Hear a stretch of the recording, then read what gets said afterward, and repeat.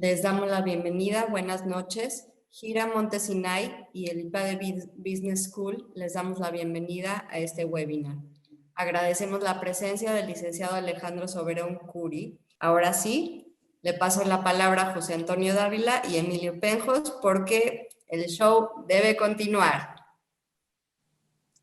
Buenas noches a todos, buenas noches Alicia, Nateria, Alejandro, Emilio.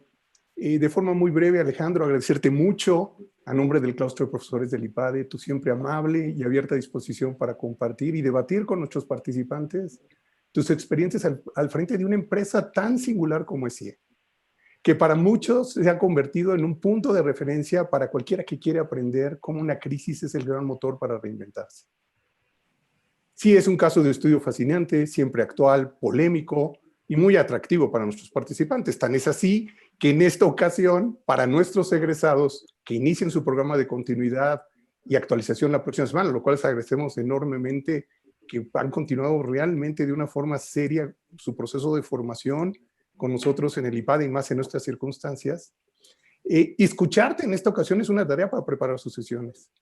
Prácticamente son ya 18 años, Alejandro, que han transcurrido desde aquel octubre del 2002 en el que presentamos juntos el caso de CIE por primera vez en el IPADE. La colaboración CIE-IPADE ha sido una ocasión más de jugar a ganar, por el aprendizaje que hemos logrado de tu empresa a través de todos estos años y también por el gran número de personas de la alta dirección de tu empresa que se han formado en nuestras aulas, en nuestros diferentes programas de perfeccionamiento o en nuestros programas de maestría ejecutiva.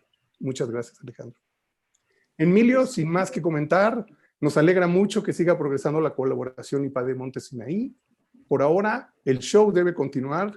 Tercera llamada, iniciamos. Muchísimas gracias. Gracias, José Antonio.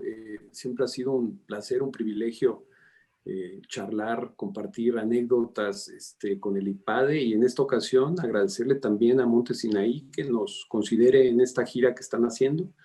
Es un gusto poder estar aquí con todos ustedes y platicarles un poquito de dónde venimos, en dónde estamos y lo que pienso que puede suceder, hacia dónde vamos, ¿no? Muy buenas noches, Alejandro. Yo estoy encantado de tener la fortuna de poderte entrevistar. Lo primero que tengo que decirte es que eres muy valiente. Estás en un negocio complejo que ha vivido una situación muy compleja. Pero ya que estoy viendo la cantidad de participantes que tenemos, me pregunto, ¿por qué no vendimos los boletos para este webinar? Cuéntame. Pues mira, no siempre vendemos los boletos para todo, aunque si me preguntas, casi no recuerdo desde cuándo empecé a vender boletos, ¿no? Yo tuve la suerte de comenzar muy pronto en mi vida y encontrar mi pasión a los 17 años, en que empecé a producir cine. Y lo que me encantó realmente y me atrajo fue la producción, pero sobre todo la distribución. Yo quería vender boletos, quería que la película llegara lo más lejos, lo más rápido posible. Entonces hay una fascinación en casi todas las actividades que hacemos, ¿no? De cómo poder crear una experiencia y cómo poder acercar audiencias con artistas, con patrocinadores, con público, y el boleto es el mecanismo, es la herramienta para hacerlo generalmente. Muy bien, muy bien. Bienvenido, Alejandro. Alejandro, cuéntame un poquito de tu historia desde que te arrancaste con esta aventura hasta que apareció COVID-19. Caray, estás hablando de muchos años. Voy a tratar de resumir, de ser breve en esa historia. Como te decía, empecé como productor de cine.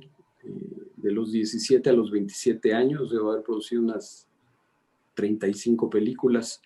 Y después, un día, estrenando una de las películas que había sido, por cierto, la más exitosa de todas las que habíamos hecho, la más taquillera, estrenándola en Tijuana, me dijo la gente de Plaza, el director de Plaza de Operadora de Teatros. En aquel entonces los cines en los que se estrenaba una película mexicana eran los de la compañía Operadora de Teatros, propiedad del gobierno.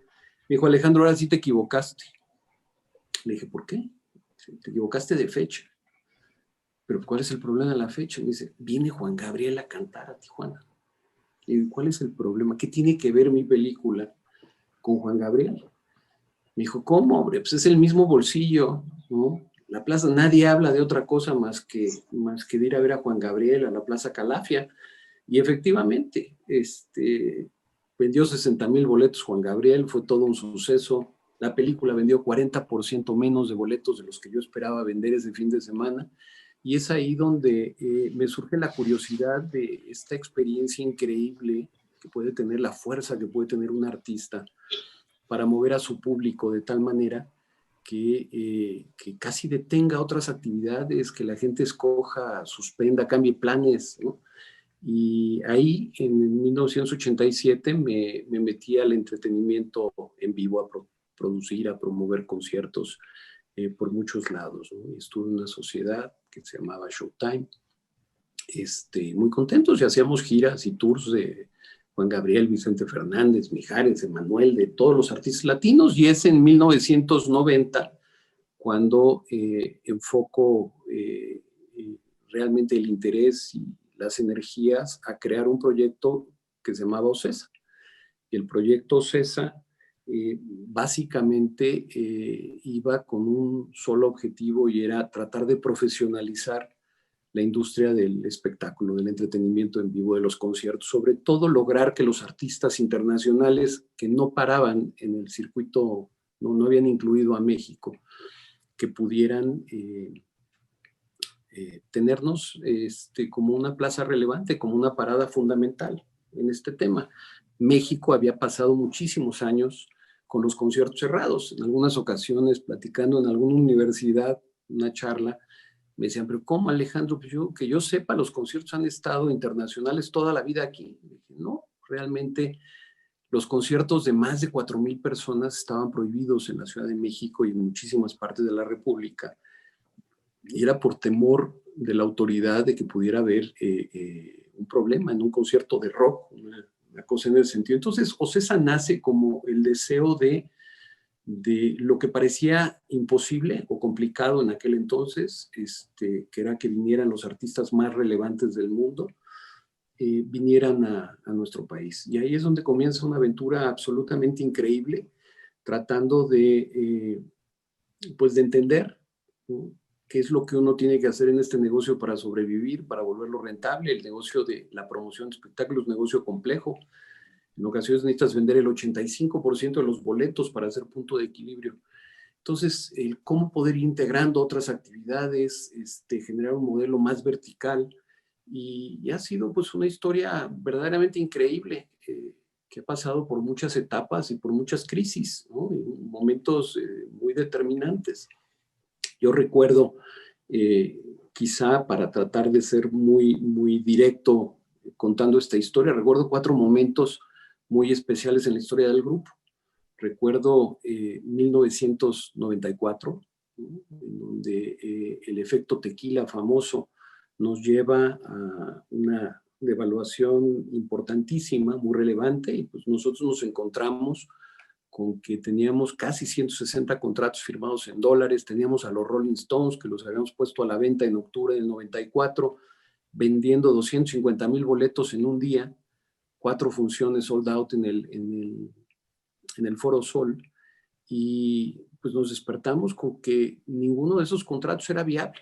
Teníamos un tipo de cambio, habíamos vendido pesos, debíamos dólares, un momento complejísimo, complejísimo. Entonces fueron momentos muy interesantes, 3 meses, 4 meses de renegociaciones, de capitalizaciones, de buscar lógicas distintas, y que esa crisis, ¿no?, nos llevara exactamente un año después a ser la única empresa que se listó en el mercado de la Bolsa de Valores de México el 19 de diciembre del 95. Después, 2000, 2001, otro momento muy complejo. Nos habíamos desarrollado muchísimo en América Latina, en muchos territorios, Argentina, Brasil, Chile, Colombia, y nos habíamos diversificado en una serie de negocios adicionales al entretenimiento en vivo. Nos habíamos metido a la producción cinematográfica, la distribución de películas, nos habíamos metido a parques de diversiones, nos metimos al negocio del juego, rehabilitamos el Hipódromo de las Américas, construimos el Centro Banamex, y pues en ese momento se devalúan prácticamente todas las monedas. Nuevamente, en 2001 hay una crisis cambiaria importantísima en toda América Latina. Entonces, un momento también de analizar muy bien qué había pasado. Se caen las Torres Gemelas en el 2001, un momento de una incertidumbre muy importante, ¿no? De mucha transformación. Luego, nuevamente, el 2008, otra crisis grande, nuevamente, un problema con el sector financiero mundial que se permea hacia la facilidad de obtener créditos, de poder seguir desarrollándote. Nos encontramos con que la compañía debía pues casi $1,000 millones, 900 y pico millones de dólares. Las deudas se toman para pagarse algún día y pues nosotros decidimos enfrentarlas, desinvertimos en negocios y eso nos llevó a un ejercicio de reenfocarnos en el core business. Entonces, me preguntas ahorita, cuéntame tu historia hasta el COVID, hasta marzo de este año. Y bueno, pues después no puedo dejar de ver los momentos de enormes crisis y lo que ha significado la transformación a la que te llevan esas crisis. Entonces, si me lo permites, Alejandro, vamos a dividir entonces el tema entre la historia y COVID-19, porque ya me trajiste varias cosas muy interesantes y quiero ahondar un poquito en el pasado para poder hablar del futuro. Por favor. Quiero hablar de esas etapas en donde estabas configurando una empresa y quiero hablar, por ejemplo, de la etapa en la que quisiste traer, por ejemplo, a un Billy Joel o que quisiste traer a Madonna. Y no nada más los retos de negocio que sucedían, sino una serie de cantidad de paradigmas morales, de temas que estaban sucediendo alrededor para poder hacer válido un negocio que tú veías claro. ¿Por qué no nos cuentas un poquito de ese tipo de confrontaciones? Mira, lo primero es entender que hay todo un ejercicio de credibilidad para que la gente acepte, un artista acepte venir y actuar ante un público, que el público te compre los boletos, que un patrocinador acepte poner su marca y vincularla a una experiencia. Entonces, el primer reto, ¿no?, era poder demostrar que podíamos hacer eventos con la misma calidad de producción, con la misma seguridad de lo que se hacía en otros países, ¿no? Y recuerdo que estábamos muy preocupados cuando abrió el Palacio de los Deportes para los eventos. El primer concierto fue In Excess, una banda australiana extraordinaria, pero que en aquel momento era una banda que vendía clubs en Estados Unidos, vendía 1,500, 1,800, 2,000 boletos para una presentación. Acá en México era tal la expectativa, tal el deseo contenido que había, que vendimos 54,000 boletos, vendimos 3 sold outs. Y había una problemática con los permisos tremenda, ¿no? Había una inquietud muy grande en la Ciudad de México en aquel entonces. Manuel Camacho era el jefe de gobierno, el regente de la ciudad. Había muchísima presión sobre si iba a haber un accidente, iba a haber un problema. Y recuerdo que hicimos una campaña que fue muy exitosa, aliado con las principales radios de México, que decía: de ti depende.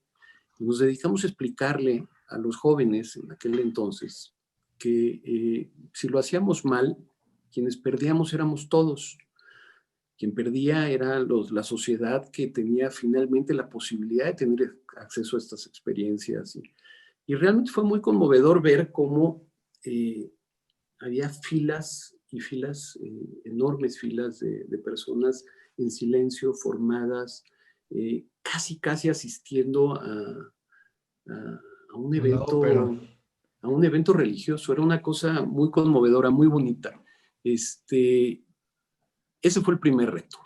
De ahí convencer a Billy Joel que viniera, a Sting que viniera, y a que se empezara a normalizar. Y se normalizar. Los eventos comenzaron a vender de una manera, con una potencia enorme. Hay una foto por ahí increíble de Billy Joel, que cuando llega la primera noche y de repente escucha todo el Palacio de los Deportes, 18,000 personas cantando cada canción de él, se las sabían igual que él, coreándolas y siguiendo, y un comportamiento y una energía absolutamente increíble.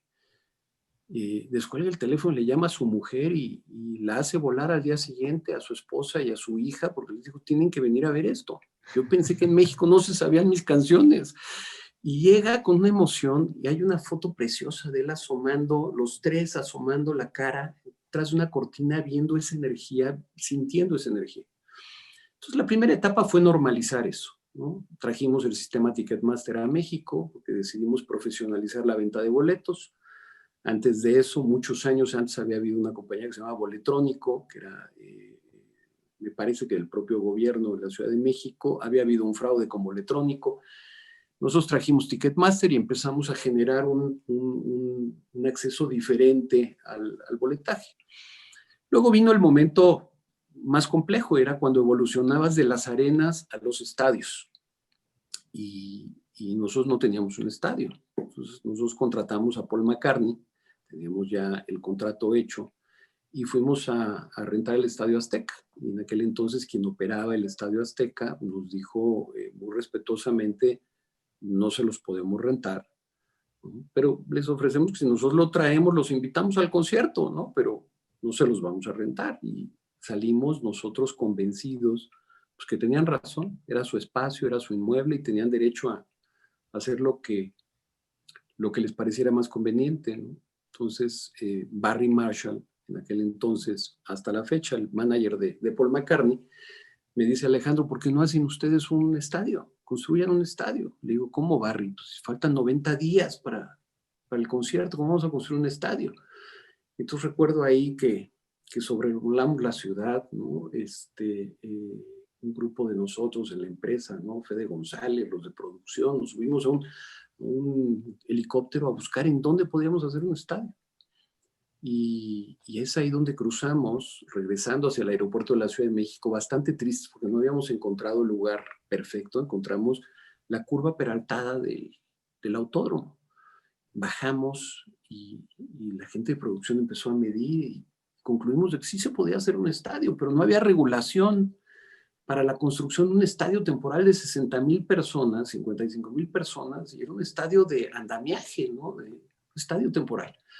Entonces la presión brutal de eso, increíble. Bueno, cuenta la leyenda que Madonna, en una fiesta en Londres, se entera por Paul McCartney que va a venir a inaugurar un estadio, y Madonna nos dice: yo quiero ir a cantar a donde va a cantar Paul McCartney. Y nos llama Howard Rose, el manager de Madonna, y contratamos a Madonna. Entonces de repente no teníamos estadio, pero ya teníamos 5 noches, 3 noches de Paul McCartney, 2 noches de Madonna, entre el 13 de noviembre y el 27 de noviembre de 1993, y necesitábamos nosotros un espacio para vender pues casi 300,000 boletos o 320,000 boletos. Nos decidimos hacerlo. El resultado es muy interesante, ¿no? Después de haberlo hecho varias veces temporal, 2 veces temporal el estadio, en donde vino luego los Rolling Stones, en la anécdota esa que les conté. Finalmente decidimos hacerlo permanentemente. El Foro Sol lleva siendo 14 años el estadio número 1 de conciertos en el mundo. Entonces es interesante, ¿no? Porque aquí es cuando te pones a reflexionar un poquito, y me brinco entre historia y crisis, porque pues, están completamente entrelazadas, ¿no? En ocasiones piensas que hay un momento que es muy complicado, es durísimo y que rompe completamente tus planes, y no sabes tú a ciencia cierta hacia dónde te va a llevar, ¿no? O sea, en algún momento en nuestras sesiones en el IPAD de José Antonio platicábamos de que aquella frase de Kierkegaard, ¿no? que decía que uno vive la vida hacia adelante, pero la entiende hacia atrás, ¿no? Entonces tú vas superando todos los días, vas tratando de superar un conflicto, buscando una solución, abrir un nuevo negocio. Y a veces tienes la suerte en la vida de poderle dar distancia y perspectiva y voltear hacia atrás y ver hacia dónde te llevó. Y luego darte cuenta que si eso no hubiera sucedido, no hubiera sucedido lo que tenía que pasar, ¿no? Y que era lo correcto, y que era lo mejor para tu empresa, y que era lo mejor para el proyecto. Entonces, pues muy interesante, ¿no? Eso fue, te diría que el proceso, ¿no? Con Madonna, puntualmente me haces la pregunta. Madonna fue adicionalmente una crisis yo te diría que estábamos sin darnos cuenta, tratando de ver cuáles eran los límites que tenía la parte conservadora, más conservadora en la sociedad de nuestro país. Había muchísimas preocupaciones sobre si Madonna, la influencia de Madonna con las jovencitas en México, se generaron muchas historias que de hecho se pidió en algún momento que no viniera, había cartas por todos lados firmadas, que no venga Madonna a México, había una presión muy grande. Y se dio una batalla enorme para que no se cancelara el concierto, que hubo la tentación de cancelar el concierto. Y finalmente, años después te das cuenta que lo que estábamos era buscando y peleando porque la gente tuviera el derecho de decidir qué es lo que quiere ver y nosotros no convertirnos en un censor de lo que la gente puede o no puede ver, ¿no? Imagínate que el grupo decidiera promover las cosas que nos gustan a nosotros nada más. Me quiero imaginar, por ejemplo, uno a los 30 años que estabas haciendo estas primeras ideas, más o menos, me imagino que tenías un estilo de la música o del rock o de cierto sentido que te llamaba la atención para traer a México. 30 años después, muy seguramente el tipo de artistas que estarías pensando para traer tiene otro matiz. Y entonces viene un nuevo reto, ¿no? Y es donde ya quiero empezar a entrar un poquito a la parte de negocios. Vamos a hablar un poquito de negocios. Let's talk about business, ¿no? Porque si no, aquí se me van a poner nerviosos los del IPADE que quieren hablar de business. Una cosa es tener una idea maravillosa de traer un artista a México y quizás es un gran negocio la primera vez que lo haces. Si es un negocio de compro, vendo, gano, se acabó el asunto. O compro, pongo, pierdo también. O sea, seguramente así son las historias que te han pasado. Pero de ahí a transformarlo en una empresa de entretenimiento me parece que es otra historia. ¿Por qué no hablamos de esa configuración? Mira, vimos justamente cuando empezó el desarrollo de la empresa, ¿no? En 1990, los primeros 2 años formamos Ticketmaster, nos dimos cuenta que teníamos que generar un modelo de integración vertical, teníamos que aprender a operar bien inmuebles, teníamos que aprender a vender patrocinios comercialmente, teníamos que tener un brazo fuerte y generar un modelo que fuera sólido, o sea, que te ayudara a que si tenías 3 eventos buenos y uno malo, pudieras seguir adelante. Entonces, el grupo con los años se volvió un gran vendedor de publicidad. El grupo es uno de los 4 mayores vendedores de publicidad que hay en el país y no tenemos un medio propiamente dicho, pero una capacidad de venta de patrocinios muy, muy relevante. Ese modelo de integración vertical al que nos apostamos resultó que es el modelo que se impuso en el mundo, ¿no? Live Nation, que es la empresa líder del mundo, la número 1, OCESA, nuestra empresa promotora, es la tercera promotora de espectáculos en el mundo, ¿no? Hicimos en el 2019, el último año que tuvimos normalizado de actividades, fue una empresa que promovió 3,400 funciones, ¿no? De eventos, casi 10 funciones por día, ¿no? Es una capacidad de logística, de integración, de producción, de comercialización, de operación, realmente muy, muy importante. Entonces, yo te diría que lo primero es, tuvimos la suerte de intuitivamente generar un modelo de negocio que se genera en México. En México hay muchas cosas que ha sido completamente innovador y vanguardista y ha podido exportar en el mundo del entretenimiento hacia el mundo, ¿no? La primera es el modelo de integración vertical. Live Nation, que te digo que es el líder mundial, nace como una promotora de espectáculos y después de algunos años se da cuenta que si no se fusiona con Ticketmaster en Estados Unidos, tenía un problema de una bajísima rentabilidad y de un riesgo demasiado elevado, ¿no?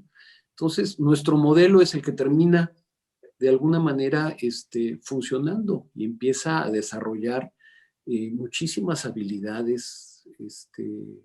Las personas que trabajan con nosotros empiezan a desarrollar habilidades increíbles en cada uno de los sectores del entretenimiento en vivo. Entonces, tenemos técnicos talentosísimos. Algunos de los ingenieros de audio en México son de los mejores que hay en el mundo, ¿no?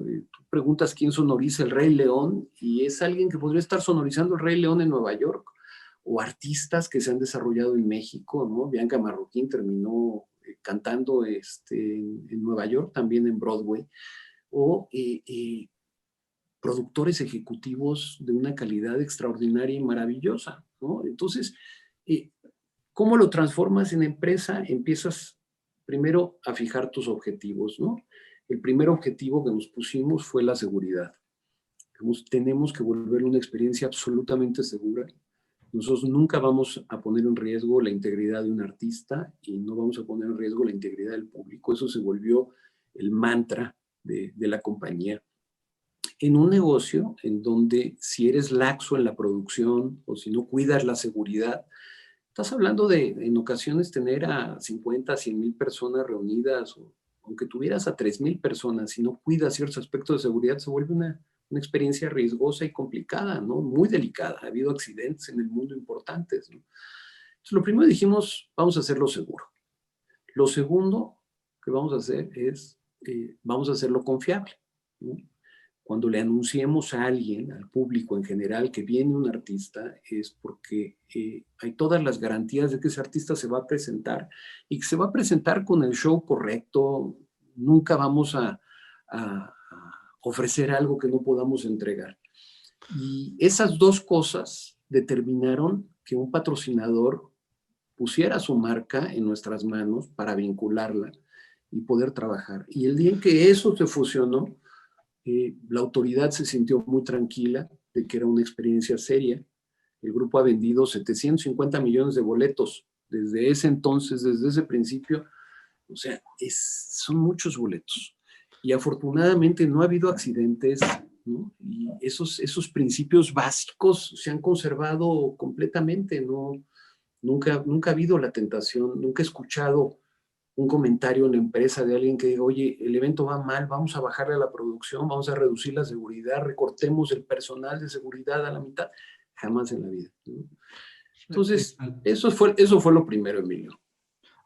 Recordando una frase que dijiste que me fascinó, con 750 millones de boletos, que viva 120 años, como decimos nosotros, en la tumba dirá, este señor se dedicó a vender boletos, o sea, desde el cine hasta la ópera, pero cualquiera de los formatos. Pues mira, te diría que yo y un grupo de personas extraordinarias de las que tengo el privilegio de haberme rodeado, ¿no? Alguna ocasión José Antonio en su seminario me preguntó, ¿cuál es la mejor decisión que has tomado, Alejandro? Y le dije, y se lo dije de corazón, le dije, rodearme de gente mejor que yo, de nunca tenerle miedo a traer gente valiosa, gente extraordinaria. Entonces, tengo un equipo que me ha acompañado muchísimos años y que nos acompaña el día de hoy, y de gente muy buena. La gente de Alejandro, producción sabe más de producción que yo, la gente sabe más de música que yo, o sea, y así me podría ir en cada una de las especialidades, son mejores que yo. En ese sentido, quiero imaginarme un chavo de 20 y tantos años, 30 años, que quiere traer a Billy Joel o quiere traer a Paul McCartney por un lado, por otro lado necesitas contratar al mejor técnico en sonido, al mejor profesional de espectáculos, y entonces tienes que hacerte un equipo del cual ni siquiera tú estás preparado para hablarle en términos de lo que necesitas que forme parte de la tarea del equipo. ¿Cómo te haces valer? ¿Cómo te haces notar en el equipo que vas a armar?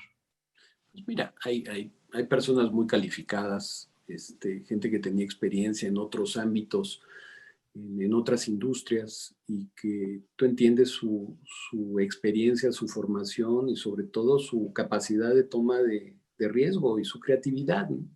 En un negocio en donde hay casi todo que inventar, ¿no? En el mundo de la creatividad es rara vez tú sabes lo que estás buscando, rara vez. Pero lo que sí necesitas es tener la capacidad de darte cuenta cuando lo encontraste, ¿no? Y fortalecerlo y seguirle. O sea, los creativos, una persona creativa es alguien que tiene la capacidad de ver algo que los demás no han visto y verlo antes, nada más verlo antes. Y eso necesita generalmente de tener algunas características como una capacidad de resistencia a la crítica o una capacidad de tomar riesgos importante, porque si no lo ha visto nadie, pues es porque no debe ser bueno, no es un buen negocio, ¿no? Y entonces a mis compañeros emprendedores, empresarios, pues, ¿qué les podría yo decir? Pues no sueltes tu sueño, ¿no? Porque si sueltas tu sueño, igual y lo sueltas antes de tiempo y alguien lo va a agarrar y resulta que tu idea era brillante, que lo que te faltó fue un poco de energía, un poco más de tiempo, un poco más de potencia para hacerlo. Entonces te rodeas de gente con esa capacidad y luego te das cuenta que estás haciendo la industria y que esa gente va tomando más y más y más experiencia en base a la especialización en cada una de sus áreas. Y cuando te volteas a verlos, años después dices, wow, qué cosa, ¿no? Qué equipo más extraordinario, qué gente más fantástica, esta gente, ¿no? Es buenísima, ¿no? Alguien me decía, ¿no? No esos grandes consejos que te dan en la vida, ¿no? Dijeron, mira, ayuda a que tu gente se capacite, busca que sea la mejor, ¿no? De tal manera que todo el mundo te la quiera robar y luego genera las condiciones para que no se quieran ir, ¿no? Buenísimo.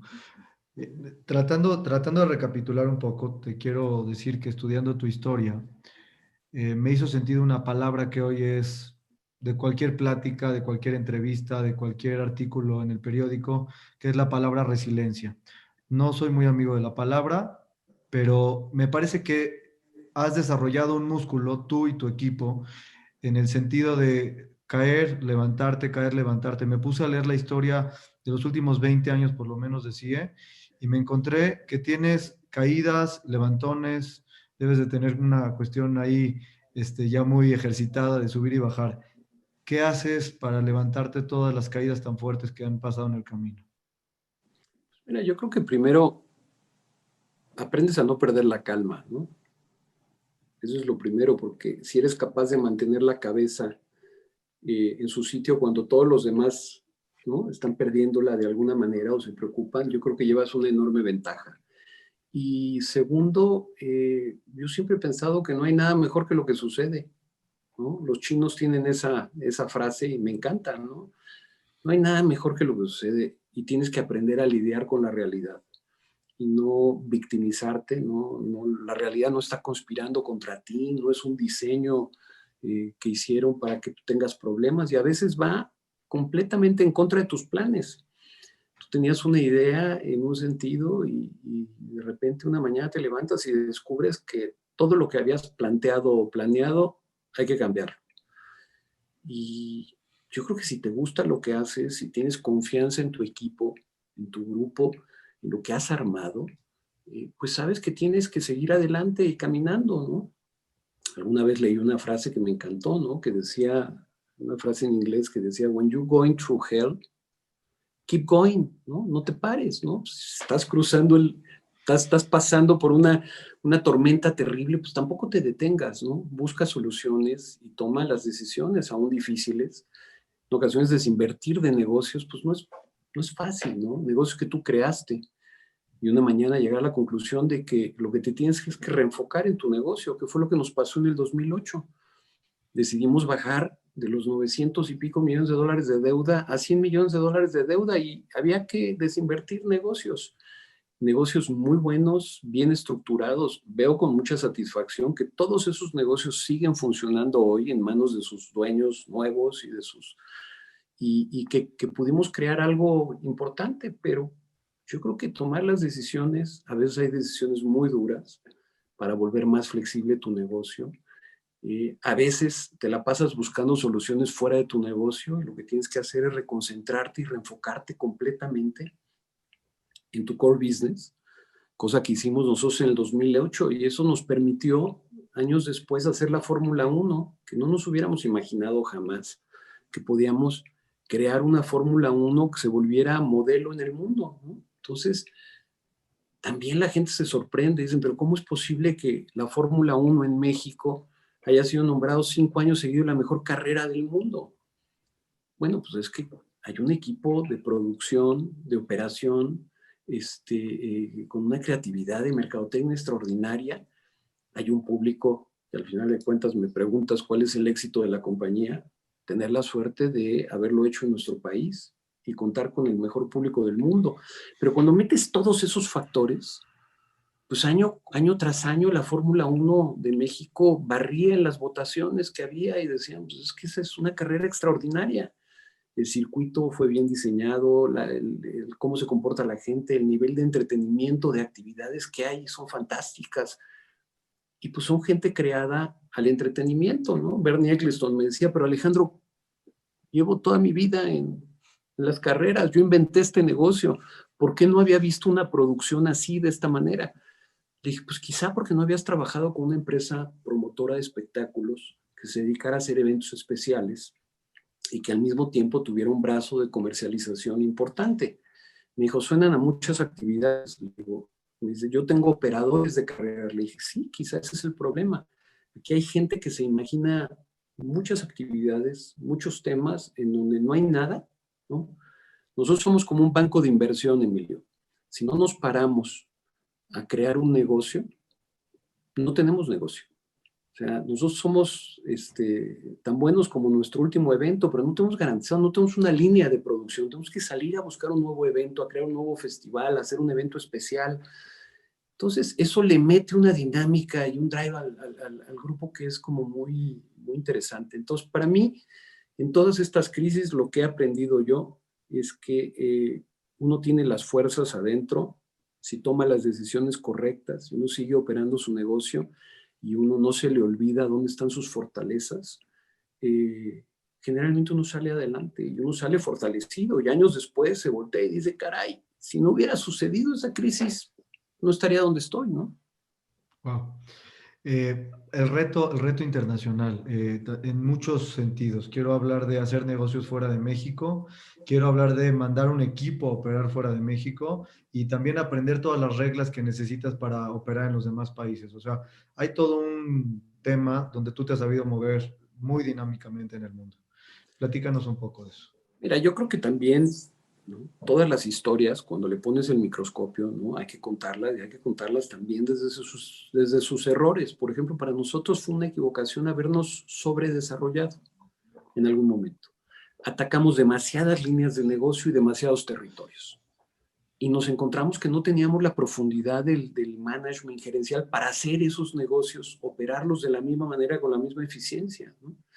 Entonces, creo que nos sobredesarrollamos. Adquirimos mucha experiencia de hacerlo internacionalmente, pero parte de esa experiencia que acabamos teniendo que adquirir fue con la equivocación de habernos ido demasiado duro a demasiados frentes a la vez. Entonces lo que haces es que te diluyes y empiezas a atacar muchas cosas y llega un momento en que ya no sabes en qué negocio estás y cuál es el que tienes que potenciar o en qué territorio está tu problema. Yo creo que las empresas que logran desarrollarse correctamente, geográficamente, y que tienen un play internacional, es porque tienen la capacidad de estar muy enfocados en sus productos core, en sus productos clave, ¿no? Y nosotros estábamos desenfocados, teníamos muchas batallas en muchos segmentos, ¿no? Entonces, ¿qué me quedó de eso? Me quedó mucho cariño por América Latina, pero hablando del enfoque, de la diferencia del enfoque, el equipo de gestión que nosotros habíamos enviado a Brasil generaba un resultado y cuando logramos poner un equipo local que entendiera las condiciones locales e hicimos una alianza completamente diferente, la compañía se rentabilizó 5 veces más. Entonces, eran los mismos activos, simplemente explotados de una manera más directa, con un mayor conocimiento. El negocio del entretenimiento en general es un negocio que se juega de local, no de visitante, ¿no? O sea, cuando tú te vas a jugar de visitante, te falta mucho conocimiento, mucho toque, ¿no? Entonces, el entretenimiento en general, a mi juicio, lo tienes que hacer de la mano de los socios correctos en cada país. Gente que tenga un stake en riesgo muy importante, muy metido y que tenga un conocimiento y unas relaciones que sean potentes y que sean poderosas, ¿no? Alejandro, muchas veces nos sentimos un poco frustrados al sentir que no podemos caminar con la legislación o con el gobierno o con las maneras que existen. Y tú te has enfrentado a cualquier cantidad de situaciones que has podido superar de forma muy afortunada. Por ejemplo, el autódromo no estaba listo para una carrera como Fórmula 1. El Palacio de los Deportes no era un foro para conciertos. La cantidad máxima de asistentes en un concierto en México era de 4,000 personas antes de un concierto internacional. ¿Cómo vas moldeando esta situación de vamos a trabajar en equipo y logras que tú y el país progresen en ese sentido? A ver, mira, yo creo que lo primero es con una visión de largo plazo, no de corto plazo, porque hay muchas cosas que tú tienes que hacer que en el corto plazo no son rentables, pero en el largo plazo lo que hacen es que vuelven un modelo más sólido, ¿no? En el tema del Palacio de los Deportes, yo te diría que el proyecto, los primeros 3 años, no fue rentable, fue difícil, era muy difícil mantenerlo y sostenerlo, porque no había la masa crítica suficiente, ¿no? Toma, toma tiempo generar eso. Yo creo que uno tiene que aprender a escuchar, ¿no? Y cuando tienes que negociar con gobiernos, tienes que escuchar, no solo llegar con tu idea de las cosas, sino ser capaz de tener la paciencia y la capacidad de explicar qué es lo que estás buscando. Nosotros hemos tenido la suerte de tener que platicar con muy diversas administraciones y siempre enfocados en el negocio, enfocados en el público, enfocados en el resultado. Entonces, en ese sentido, yo creo firmemente en la capacidad que tenemos los empresarios de hacer asociaciones público-privadas, ¿no? Yo quiero hacer una mención para tratar de conectar este tema un poquito ya con COVID-19. Al no tener un solo evento, empiezas con una nueva dinámica y lograste hacer una cosa impresionante para México. En 14 días montaste 1,000 camas de hospital. ¿Nos puedes contar un poquito esa parte? Bueno, mira, realmente cuando nos llega la crisis de COVID y tenemos que cerrar actividades, nuestro sector está cerrado, ¿no? O sea, nuestro sector no es que esté afectado, está cerrado. Y básicamente lo primero que hicimos fue una reflexión en el grupo, de decir, ¿qué podemos hacer? ¿Qué aportamos para la comunidad? Y ahí es donde surge la idea de utilizar la infraestructura que tenemos en el grupo. Nosotros construimos, desarrollamos el Centro Banamex hace muchos años en la negociación que hicimos desinvirtiendo en el autódromo. Nosotros nos quedamos con el 15% de la compañía y se la vendimos. Tenemos un socio ahí que se llama Codere, pero nos quedamos nosotros con un contrato de operación en el Centro Banamex. Dijimos, a ver, el Centro Banamex, ¿cuál es la mejor práctica que hay en el mundo de habilitación de espacios temporales? Y entonces le pedí al equipo de eventos especiales que se pusiera a hacer un estudio si éramos capaces de formar y de armar un hospital de calidad, algo que nos hiciera sentirnos orgullosos y hacerlo muy rápidamente. Por el otro lado, nos sentamos a platicar con fundaciones y con varias fundaciones importantes, de manera muy relevante el ingeniero Slim, ¿no? La Fundación Carlos Slim, que le planteamos el proyecto y nos dijo, oye, nosotros ponemos la mitad de lo que cueste operar eso, y participamos y apoyamos, y le entraron con una energía absolutamente increíble. Nos propusieron ellos, le incorporaron cosas como traer al Instituto de Nutrición, a la Facultad de Medicina de la UNAM. Y entonces armamos un colectivo y nos sentamos con la Ciudad de México, invitamos otras fundaciones, entró Walmart, entró Bimbo, City Banamex, ¿no? Que también había. Y dijimos, a ver, fuimos y les platicamos. Este es el proyecto, tenemos la posibilidad de construirlo, desarrollarlo en 14 días y se lo presentamos a la jefa de gobierno.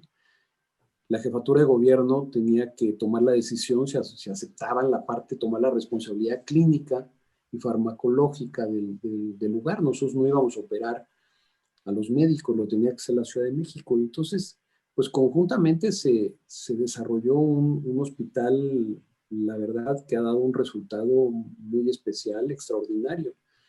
centro, o sea, la unidad temporal del Centro Banamex ha valorado ya en sus triajes a casi 8,000 personas, de las cuales ha hospitalizado a cerca de 3,000 personas y tiene una tasa de efectividad en el resultado del 99%, muy bien. Y eso detonó en que conjuntamente con las autoridades de la Ciudad de México se desarrollara un programa de atención temprana en COVID.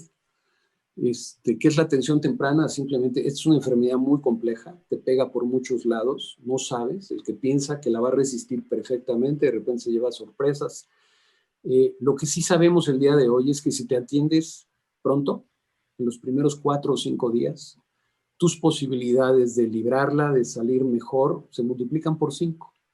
Eso se llama el programa de atención temprana, es convencer a la gente a que se hospitalice temprano, darle los medicamentos, la atención, y sus probabilidades de salir adelante son mucho más grandes. Entonces, pues con mucho orgullo el equipo logró hacerlo y ha sido un proyecto muy bonito. Y es un proyecto de sumar esfuerzos, de sumar esfuerzos de manera importante, de capacidades, de inteligencias, ¿no? Y lo que se habla en esas juntas de seguimiento, pues realmente es importante, es muy bonito, y pues es un orgullo el poder integrar nuevamente, convencer distintos esfuerzos y ánimos en una dirección, ¿no? Entonces el grupo se puso ese objetivo y creo que nos volvimos buenos haciendo eso, ¿no? Me llama la atención esta parte que tienes de sentarte, hablar y convencer. Me parece que en la vida uno tiene lo que sabe negociar. Yo creo que es una cosa que te pasa todos los días, desde traer al artista más complejo, desde sentarse con el gobierno a armar esto. Y me quiero imaginar que hablar con tu consejo de administración para plantear ideas que pueden sonar a locuras también requiere de ese mismo dinamismo para poder negociar. O sea, ¿cuáles son las habilidades del director en ese sentido que da la forma a estas decisiones nuevas? Pues mira, yo creo, a veces me siento más el director de recursos humanos que el director de la empresa, porque nuestro negocio es un negocio de personas y esas personas son las que tienen la capacidad de crear las cosas. Entonces lo que estás es sumando esfuerzos, voluntades, ¿no? Te concentras más en la parte estratégica y dejas que los que saben operar operen, y tienes la confianza de tener a grandes operadores, ¿no? Y gente que lo hace muy bien. Y siempre que llegas, a mí me da una enorme alegría porque estoy recorriendo un festival o estoy visitando algo o voy a un inmueble y se me ocurre algo, y cuando me volteo a platicarlo, alguien al lado ya se le había ocurrido, o sea, alguien está encima del tema, entonces van adelante de ti. Entonces, nuevamente creo que es rodearte de gente buena y dejarlos hablar y escucharlos. Y a veces no estarás de acuerdo con ellos, ¿no? Pero escucharlos y estar dispuesto a que te digan, no, no creo en lo que dices, yo no pienso que esto pueda funcionar en este momento. Y es esa riqueza de opiniones que se contrastan las que te ayudan a de repente dejar que una idea empiece a tomar fuerza. Entonces, el grupo no le da susto embarcarse en proyectos que suenan complejos. En algún momento, el área de eventos especiales del grupo produjo el encuentro del G20 en México, en Los Cabos. Bueno, la delegación argentina se quedó muy presente de lo que habíamos hecho nosotros acá y nos contrataron para hacérselos en Argentina. Y entonces dices, oye, aquí no son artistas, son los jefes de Estado, y se hace con un protocolo de una manera muy interesante, o organizar el encuentro de ecología en Cancún, en donde venían 170 países a representar. Entonces, al final de cuentas son las especialidades, las capacidades de logística, de organización y de producción de técnicos mexicanos y operadores mexicanos que se ponen al servicio de una causa. Y eso es lo que te ayuda en algún momento a tomar la decisión, obviamente valorando los retos financieros, los retos comerciales. Y pues hay muchas opiniones, se discuten mucho en el grupo, ¿no? Tengo dos preguntas fundamentales aquí que me hace la gente y creo que vale la pena ponerlas sobre la mesa. Por un lado, tienes un negocio que se paró en seco, o sea, no está esperando semáforo más que el único semáforo verde que pueda existir o la cura de este virus. Por otro lado, tenías una operación muy importante llevándola a cabo ya con Live Nation, y esa operación se cruza en medio del proceso de COVID.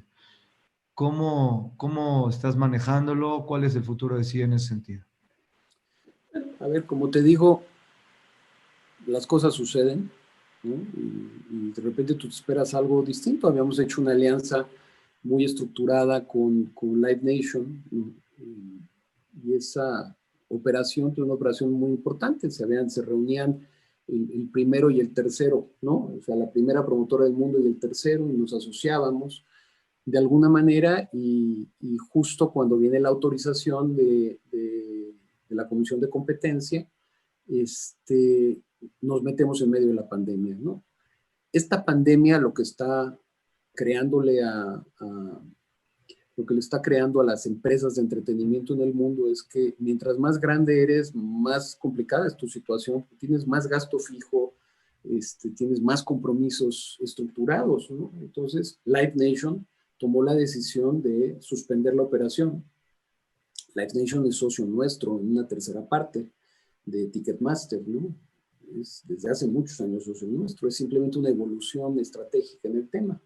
Y entonces, pues toma la decisión. Michael Rapino, que es el presidente, me llamó y me dijo: Alex, no quisiera tener que hacerlo, lo tengo que hacer, porque tengo que ver ahorita cómo hago que sobreviva Live Nation, y Live Nation tiene un reto muy grande, ¿no? Y tiene un gasto corriente de $185 millones mensuales, y estoy parado. Voy a tener que suspender la operación. Y le dije: Michael, entiendo que hagas lo que tú necesitas hacer, nosotros haremos lo que tengamos que hacer para defender nuestros derechos, ¿no? Era una operación vinculante, y estamos en eso, y estamos en los procesos normales de arbitraje que suceden estas cosas. Eso no les quita que sean nuestros socios en Ticketmaster. ¿Y qué te puedo decir? O sea, comprendo que cada quien tiene que voltearse a buscar sus prioridades y sus temas, más allá de los compromisos que había asumido, ¿no?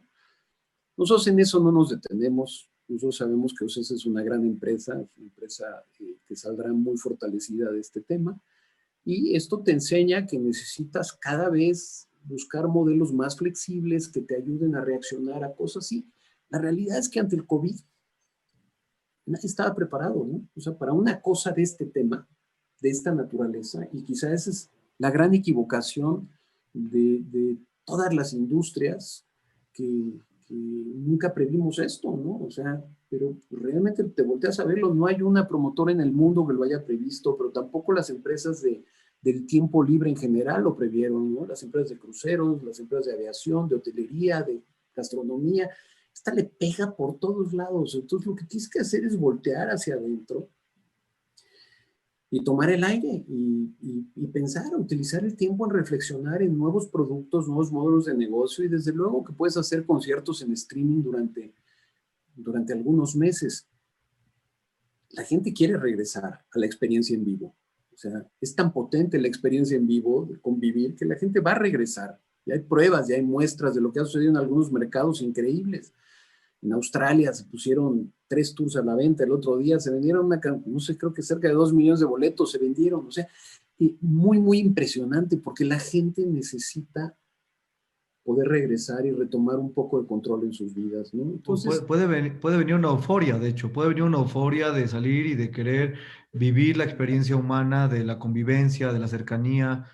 Puede venir ese momento, yo y creo hay que que, hay que resguardar las capacidades de la empresa en ese sentido. Mira, yo creo que regresarán los mercados, regresarán las experiencias, y regresaremos a viajar, y regresaremos probablemente a valorar mucho más las cosas que hacíamos y que dábamos por hecho, ¿no? Y decíamos todos los días, ¿no? Gente que me decía: oye, tengo que viajar a tal ciudad, y ay, qué flojera, tengo que ir. Bueno, la gente añora muchas de esas actividades, ¿no? Sí creo que viene un momento de ser muy sensato, ¿no? Todos los que tenemos de alguna manera la posibilidad o responsabilidad de reunir personas, tenemos que ser muy cuidadosos y muy sensatos en hacerlo con las medidas correctas, en la dosificación adecuada que se vaya determinando en el tiempo, ir buscando la mejor práctica de cómo cuidar y los mejores protocolos, ¿no? Yo celebro que se esté abriendo el cine, que se esté abriendo el teatro, que leía que el Centro de las Artes abre y empieza algunas funciones, porque de la misma manera celebro que salga la gente con precaución y con cuidado a comer a un restaurante, porque creo que necesitamos trabajar todos colectivamente en recuperar el ánimo económico, pero lo tenemos que hacer con responsabilidad. O sea, el otro día escuchaba a Carlos Slim en la Domit, en la Junta de Becarios de Telmex, que buenísimo evento hicieron virtual el otro día, y decía, pues sí hay un remedio para el COVID, ¿no? Y es, pónganse la máscara. O sea, si todos nos la pusiéramos, tendríamos mucha más posibilidades de regresar y recuperar nuestra vida pronto, ¿no? Ahora, dime una cosa, tienes un equipo creativo importante, ya hablamos del equipo, y tienen que surgir una cantidad importante de ideas para generar ingreso. ¿Qué sí has podido generar en términos de ingreso y qué tipo de acciones has llevado a cabo para mantener al equipo y financieramente 7 meses cerrados sin eventos y no sé cuántos puedan seguir? Ha requerido de una habilidad importante. Sé que tienes a alguien a tu mano derecha, que es Jaime Cebada, que es un elemento importante en la parte financiera, pero me parece que hay esfuerzos extraordinarios llevados a cabo para sobrevivir en ese sentido. Mira, realmente lo que haces es que empiezas a cuidar mucho tu cash flow, a checar tu cash burn, a priorizar tus compromisos, ¿no? Con mucho cuidado, analizar bien cuáles son todas las piezas fundamentales de tu estructura que no puedes perder y conservarlas y hacer un gran pacto con tu fuerza laboral, y haces muchas iniciativas, aprendes a hacer cosas, ¿no? O sea, nosotros aprendimos a hacer este hospital y sin buscarlo ni pretenderlo, de repente nos han empezado a contratar que hagamos en nuestra área de eventos especiales, que habilitemos hospitales porque nos volvimos muy buenos haciéndolos, ¿no? Y hemos estado haciendo algunas cosas, hemos estado haciendo muchos eventos hemos estado haciendo muchos eventos virtuales, muchos conciertos, ¿no? Tenemos una serie de conciertos que se llama Irrepetible, que ha sido muy exitosa, en donde hemos invitado a artistas a que traten de dar un concierto que nunca darían en vivo ni que volverían a dar, que canten algo que ya no cantaban hace muchos años. Y entonces empiezas como a crear eso y a pensar muy bien qué activos quieres retener del entretenimiento en el largo plazo. Y ha sido un tiempo muy rico de reflexión y de pensamiento y de trabajo, y sobre todo de crear un plan de reactivación. Tenemos un plan de reactivación muy bueno, muy sólido. Yo creo que a lo largo del próximo año vamos a ir recuperando de una manera importante actividades y una manera importante el ritmo de lo que está sucediendo. Y lo importante, lo fundamental en esto es que podamos salir inmediatamente, que se reactive nuestras actividades en general, a ayudar a toda la gente a recuperar y rescatar a toda la gente que se quedó sin empleo. Nosotros, más allá de todos los empleados que tenemos, hay una cantidad de empleos eventuales que creamos a lo largo del año, pero toda la industria del teatro, pero toda la industria en general de los eventos, ¿no? El turismo de negocios, todo, hay un golpe duro que tenemos que generar una rehabilitación muy importante, ¿no? Alejandro, me quiero pasar a una sección de preguntas rápidas. En esta sección te voy a pedir contestar en lo más rápido que puedas, no más de un minuto. Y vamos a empezar por esta. ¿A qué le tiene miedo Alejandro Soberón? Yo te diría que a perder la pasión a las cosas. A mí me apasiona profundamente lo que hago todos los días. Y eso es lo que me mueve, lo que me levanto con emoción, con gusto, con ilusión, con ánimo, en general, para buscar soluciones a los conflictos, ¿no? Entonces, no me puedo imaginar un día perder ese ánimo y perder esa pasión, ¿no? A eso sí le tengo mucho miedo, ¿no? Que eso se te acabe un día por alguna razón. Afortunadamente no se me ha acabado y cada día me divierto más. Aún en el sufrimiento uno puede encontrar espacios y diversión y ánimo y estar bien, ¿no? Y voltearse hacia adentro, ¿no? En ese sentido de pasión y esperanza, ¿cuál es el show que sueñas que no has podido realizar? No se lo digas a la competencia, pero más o menos danos una idea. Mira, estás hablándole a una compañía que ha tenido la suerte de haber traído muchísimos artistas, ¿no? Casi, ponle nombre y piensa en uno, ¿no? No, yo creo que el sueño, ¿no? Para mí es como fan seguir viendo a los artistas que a mí me emocionan, ¿no? Yo soy un gran fan de Paul McCartney, ¿no? Me encanta Paul McCartney. Yo era fan de los Beatles. El primer disco que tuve en mi vida fue el de Sgt. Pepper y bueno, lo atesoré muchísimos años. Y a mí me imagino y me dicen que Paul cumplió 77 años, pero que está pensando venir a dar un tour. Me emociona mucho. Me emociona que tenga la energía, la capacidad, el talento, la verdad, de seguir encima de un escenario. Hace muchísimos años, te dije que cuando empecé en el cine,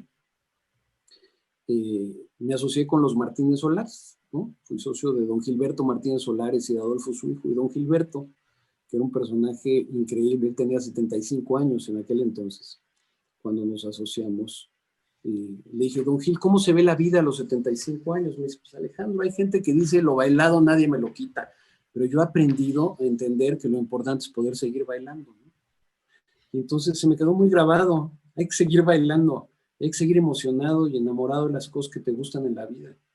Y todos los días encontrando la forma de reencariñarte con algo, ¿no? ¿Crees que has visto el mejor show de tu vida? Pues mira, yo siempre llego muy emocionado a que me sorprenda y hay muchos artistas y muchos eventos que me sorprenden, ¿no? Hay eventos que me sorprenden su capacidad de producción brutal. O sea, tú vas a un EDC, ves la producción del EDC, es una locura, ¿no? Hay cosas que me sorprenden mucho, pero yo me sigo emocionando brutalmente viendo al público contento, ¿no? Este es un negocio de experiencias y si somos capaces de entregarle la experiencia correcta a la persona y hacer que se encuentre. Nosotros desde muy pronto entendemos que nosotros éramos un enlace, éramos un vínculo entre un artista y su audiencia y nunca nos hemos confundido. Quien jala al público, quien vende los boletos es el artista, no somos nosotros, ¿no? Nos decíamos entre nosotros, entre broma, ¿no? Un día le dije yo a mi gente, hace muchísimos años, le dije, miren, estamos en el show business. Unos hacen el show, nosotros hacemos el business. Entonces, no nos confundamos, ¿no? De que somos nosotros y que la gente está pagando un boleto por nosotros o para nosotros. Nosotros no somos más grandes que los artistas que representamos, al revés. Nosotros no somos ni más grandes que los artistas, ni más grandes que el público, ni más grandes que los patrocinadores. Simplemente somos quienes los enlazan, quienes los ponen juntos y quienes hacen como un árbitro en el partido. Los buenos árbitros, no te acuerdas ni de cómo se llaman, ni de quién, o sea, qué hizo, ni cómo, porque no hizo nada en el partido que desentonara. Así es un buen productor y un buen promotor de espectáculos. Cuando tú vas a una experiencia, te la pasas increíble, recibes, el artista se va feliz del país, todo sucede y tú te vuelves casi invisible en eso. Y en esa invisibilidad es donde radica el gusto, el arte y el trabajo de todos estos técnicos mexicanos que deberíamos de celebrar. La verdad es muy bonito que el mundo entero que ha producido eventos extraordinarios, pues digan que los mejores son los mexicanos. Y que te lo digan en la Fórmula 1, eso fue increíble, fue un momento muy especial, fue muy bonito. Eso es Alejandro, recuerdo estar sentado con alguno de los entrenadores de Checo y me contaba que pasaban por todo el mundo en los diferentes premios y especialmente les gustaba México por la organización del premio que estaba en tus manos, pero porque el país tenía una magia espectacular para recibir a todos y no era su sentimiento de él, era el sentimiento que tenía toda la gente. ¿Cómo haces para subir al barco a todos estos actores, llámale hoteles, operadores turísticos, seguridad, todos que se sientan con la misma responsabilidad que tú para hacer del evento mágico? Mira, yo creo que todo mundo, cuando se da cuenta que está enfrente de algo valioso, algo especial, se compromete y se integra en un tema. Y cuando ves al público mexicano, no hay como no derretirte, la verdad. Es un público increíble, es un público entregado, conocedor, maravilloso. Entonces, partes con una materia prima que es increíble en el tema. Entonces, la cosa que nos preguntamos todos los días y que nos proponemos todos los días es cómo estamos a la altura del público mexicano o del público colombiano, donde estamos haciendo muchísimas cosas ahora en Colombia. ¿Cómo estamos a la altura del público? cómo estamos a la altura de los artistas que tienen esa producción, esa capacidad de convocar. Se dice fácil vender 100,000 boletos o 10,000 boletos o 20,000 boletos. Lo que necesita suceder para que una persona quiera comprar un boleto y ser parte de la experiencia de alguien. Entonces, a esos artistas y a esos seres que son maravillosos, pues hay que respetarlos. Y al público que va y que te entrega su dinero y su confianza de que la va a pasar increíble también, ¿no? Entonces, eso creo que es lo que nos ayuda a generar la motivación final de todo esto, ¿no? Tengo muchas preguntas que me encantaría poder abarcar todas y las que me manda el público. Me voy a ir con unas rapidísimas de 30 segundos si las podemos lograr, pero vale la pena. Primer pregunta. ¿Cuál es tu mayor frustración en este sentido? Aclárame el sentido. ¿Eh? A ver, ahí te va. Tienes que controlar tiempo, tienes que prevender con casi 6, 8 meses un evento, tiene que suceder en un día y en una hora específica, tiene que llegar una persona del otro lado del mundo a dar el show y todo eso está en tus manos y te estás comprometiendo el espíritu de mucha gente. Yo te diría que eso realmente son cuestiones de logística de producción, de comercialización, mercadotecnia, son muchos elementos. Ahora con esta crisis hemos aprendido o simplemente hemos recordado, reconocido cosas que ya dábamos por absoluto hecho, ¿no? Con el COVID. Hay 5 factores fundamentales para acceder a una experiencia de esta naturaleza. Primero, que la autoridad te permita y te dé una licencia, un permiso para hacer un evento. Segundo, que el artista que esté dispuesto a cantar, porque tú dirías, bueno, si le pago al artista, le contrato, él va. No, Hoy hay ciertos artistas que les dices, oye, quiero que te presentes tal día, y te dicen, no. O sea, necesito pensarlo, meditarlo, ¿no? En Estados Unidos, pues hay artistas que ya avisaron que no van a salir a cantar antes de septiembre del año que entra, ¿no? Y no van a salir a cantar porque no se sienten cómodos. Necesitas que un patrocinador se sienta cómodo de la experiencia y de su marca y de que es una experiencia segura y que es confiable y que estamos haciendo lo correcto, ¿no? Necesitas que el público esté dispuesto a ir, comprar un boleto y sentirse también tranquilo y confiado. Y necesitas que haya un promotor que ponga toda la experiencia y que la conjunte. Esos 5 elementos que siempre das por hecho, que van en automático, hoy hay que operarlos uno por uno, hay que volver a hablar, hay que reimaginarte. Nosotros tenemos, no te puedo contar la cantidad de planes de reactivación que hay, con distintas fechas, depende del semáforo, con distintas capacidades. Hay algunos proyectos muy interesantes, con plataformas, aislados, con protocolo de seguridad, autoconciertos, cómo vamos evolucionando, no que con 20%, 30%, 50% de capacidad, hay un plan preparado para cualquiera de esas. Y hay gente que está trabajando muchísimas horas en general que va a hacer un protocolo de la máxima seguridad cuando eso se haga. Y nuevamente, dependes de la realidad y la realidad es la que vivimos todos los días, ¿no? Pero cuéntame, a lo que me refería con la pregunta de la frustración es la siguiente. Ya hiciste toda la tarea. Ya tenía que llegar el artista, ya tenía que subirse al escenario y se quedó afónico. Y me quiero recordar el concierto de Alejandro Sanz en el Auditorio Nacional. No sé si te acuerdas que Alejandro se sube al escenario y no tiene voz. Y hace el mejor concierto de su vida sin cantar, con el público.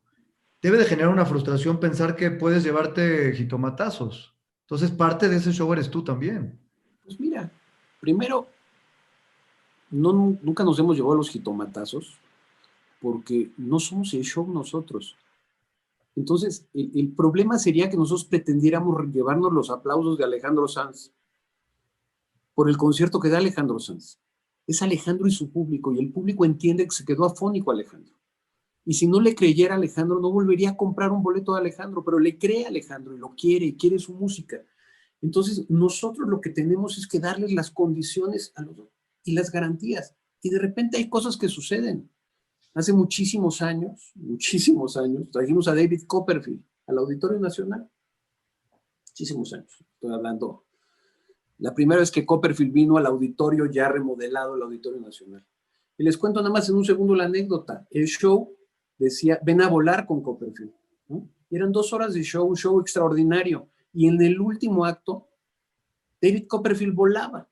Como podrán imaginarse, era un truco, era un acto de magia el que volara, ¿no? Que dependía de unas computadoras y unos efectos especiales muy importantes.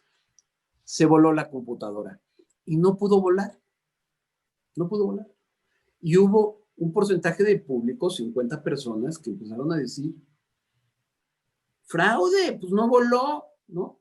Recibieron un show de 1 hora 55 minutos, faltaron los últimos 5 minutos, ¿no? Y pues en ese momento había 50 personas que se iban con la sensación de que había un fraude y tomamos la decisión de devolverle sus boletos, de ven otro día, te regalo un boleto y ven otro día, ¿no? Es una falta de ortografía como promotor hacer eso, porque tú no le garantizas a la gente. Tú imagínate que nosotros nos volvemos responsables de que los Rolling Stones canten Angie, ¿no? Y si no cantan Angie, devuélveme mi dinero, ¿no? Es muy difícil, ¿no? No estás en ese mundo. Pero yo te diría que asumes las cosas, más que tomarlo como frustración, molestia, incomodidad, entiendes que es un negocio de personas y que suceden cosas. Lo que sí no puede suceder es que hayamos dejado de hacer algo nosotros. Pero si sucede algo, a veces un avión se cancela, un artista llega tarde, a veces algo sucede. Lo que no puede suceder es que la producción no era la correcta, que no le habíamos pagado los boletos de avión, que nosotros no tomamos precauciones en la logística y lo hicimos muy apretado y entonces por eso el artista perdió el tema. Entonces hay muchos detalles de nuestro semáforo que cada día lo queremos hacer mejor, pero cuando algo así sucede, pues es como que te llueva en un concierto. Tú dices, bueno, pues tengo dos formas de verlo, decir qué tragedia, porque conspiró el universo contra mí, porque hoy llovió el concierto, y la otra es decir, pues vamos a mojar, vamos a divertirnos, y así es, y sucede. Oye, y por eso el show debe continuar, generalmente debe continuar, a eso se refiere, ¿no? Última pregunta para pasar a la parte final. Alejandro, ¿debe de haber venido algún artista que haya sacado de ti una sorpresa respecto a sus cualidades humanas o que te haya visto ver cosas en el negocio del espectáculo que tú no habías imaginado? ¿Qué fue ese momento? Pues mira, yo he tenido 2 experiencias así que recuerdo muy impactantes con 2 artistas, ¿no? Una fue con Paul McCartney, que tuvo un detalle conmigo personalmente que yo no jamás me imaginé, y es que entre la primera y la segunda presentación había un día intermedio. La primera noche no cantó a Long and Winding Road, lo cual me decepcionó a mí como fan enormemente. Entonces llegué y le hice una broma a su manager, le dije, oye, ¿qué no cobró por su cheque completo? Y digo, ¿cómo? Yo siento que me robaron, ¿no? Y entonces le hice un chiste malo al manager, que ya era muy amigo, y el manager decidió contárselo a Paul. Y cuando llega al segundo concierto, me dice el manager, oye, Paul está muy apenado, quiere hablar contigo. Le digo, era un chiste y malo, ¿cómo le dijiste eso a este cuate? Me dijo, no, que si puedes ir a la hora del soundcheck a platicar con él. Y entonces llegué a la hora del soundcheck, el tema, con la cara que se me caía de vergüenza. Y se me queda viendo desde el escenario, se ríe, sienta la banda y me empieza a cantar a Long and Winding Road. Entonces, en ese momento digo, pues este es un tipo extraordinario, maravilloso, me está cantando a Long and Winding Road. O sea, nunca, o sea, no puedo recordar un detalle de esa magnitud, fue muy especial. Y otra anécdota también que recuerdo fue el miedo con el que hicimos a Guns N' Roses cuando vino la primera vez. El miedo con el que todo mundo veía a Axl Rose y las locuras que hacía Axl Rose, ¿no? De hecho, los boletos en Estados Unidos decían around 8 o'clock, porque no podían comprometerse una hora y salían normalmente a la hora de la medianoche, y él decía, pues si me han esperado tantos meses, pues que esperen 4 horas mis fans, pero eso nos preocupaba mucho, pues era el principio del rock en México. Y recuerdo que le dije a su manager, oye, necesitamos cantar a tiempo, pues si no aquí va a venir una multa muy fuerte y pudiera llegar el punto en donde si hay algún incidente adentro, van a arrestar a Axl Rose, ¿no? No, mira, hay un tema, él está muy inestable, tiene problemas, y me contó toda una historia, ¿no? Entonces cometí una irresponsabilidad, porque es una irresponsabilidad brincarte a tu agente y al manager, a todo el mundo. Recuerdo que fui a platicar con él un segundo y le dije, Axel, bienvenido a México, soy tu promotor, te deseo un concierto extraordinario.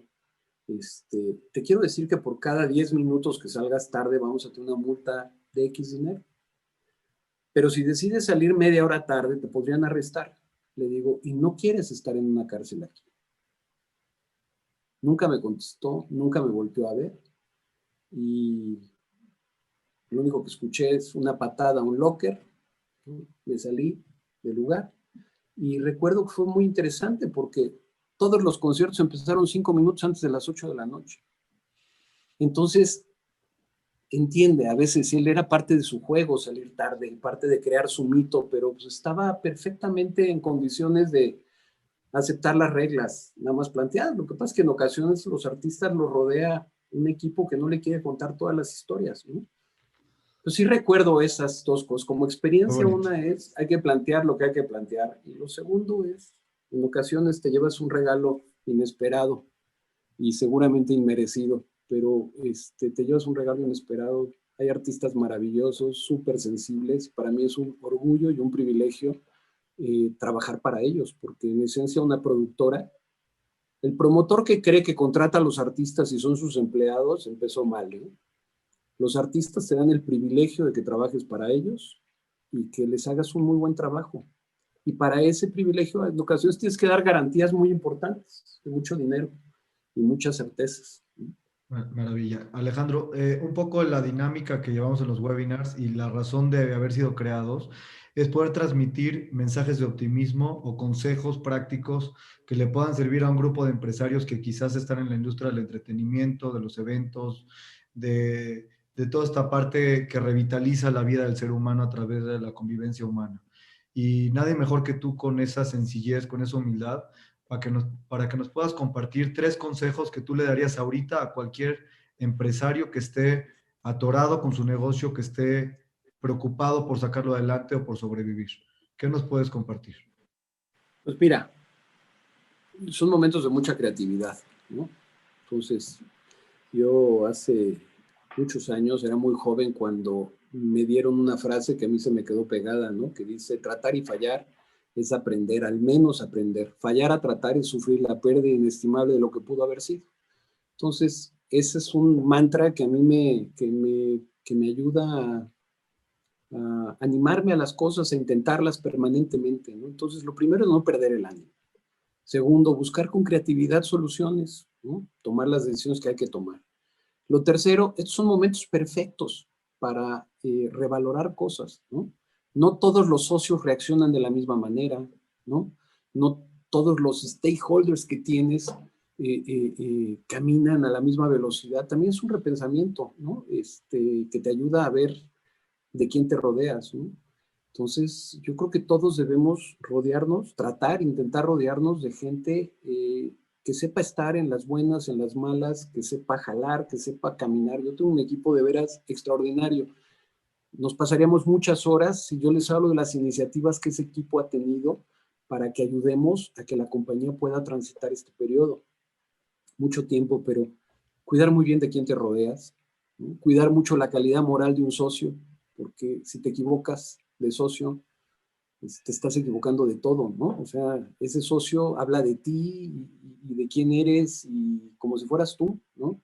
Entonces, cuidar muy bien esas cosas y esos detalles y no tener miedo de llegar y decir las cosas como son y platicar las cosas con la dureza, crudeza que sean, con tus deudores, con tus acreedores, con tus empleados, con tus socios, y buscar soluciones. Y estoy seguro que si no pierdes el ánimo vas a seguir adelante y con suerte vas a haber aprendido a hacer 3 o 4 cosas que no sabías hacer y que algún día agradecerás que por esto, o sea, eres mejor en algo, ¿no?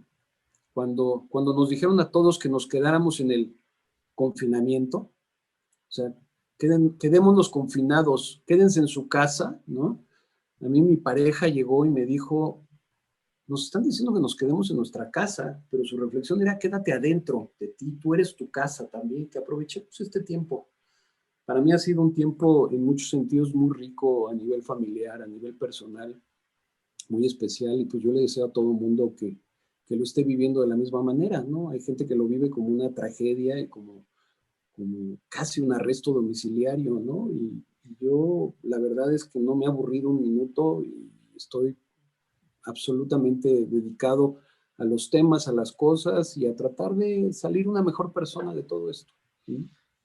Maravillosa plática. Alejandro, te quiero agradecer en nombre de Monte Sinaí esta plática que ha sido espectacular. Quiero agradecer infinitamente al IPADE que hizo posible tener esta plática, a Jaime Cebada, que nos hizo favor de coordinarnos con Alejandro, y José Antonio Dávila y Ana Tere Magaña, que nos hicieron favor de lograr que también el IPADE pudiera estar en contacto con nosotros y hacer algo quizás muy pequeño, pero quizás podrá ser algo que podamos replicar y mandar a muchos otros empresarios y le podamos dar esperanza a una buena cantidad de empresarios que necesitan hoy estas palabras de inspiración para sacar adelante a México, porque la carreta la tenemos que jalar todos.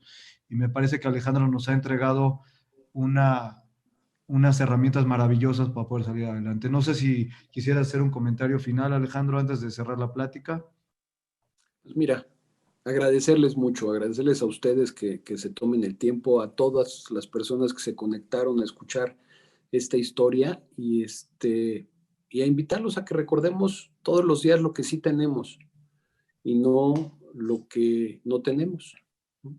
Que hay personas que se enfocan mucho en lo que les hace falta o lo que perdieron y se les olvida lo que tenemos, y lo que tenemos a veces son cosas fantásticas a nivel personal, a nivel familiar, a nivel de fortaleza en tu empresa, a nivel de relaciones, de amistades afectivas, ¿no?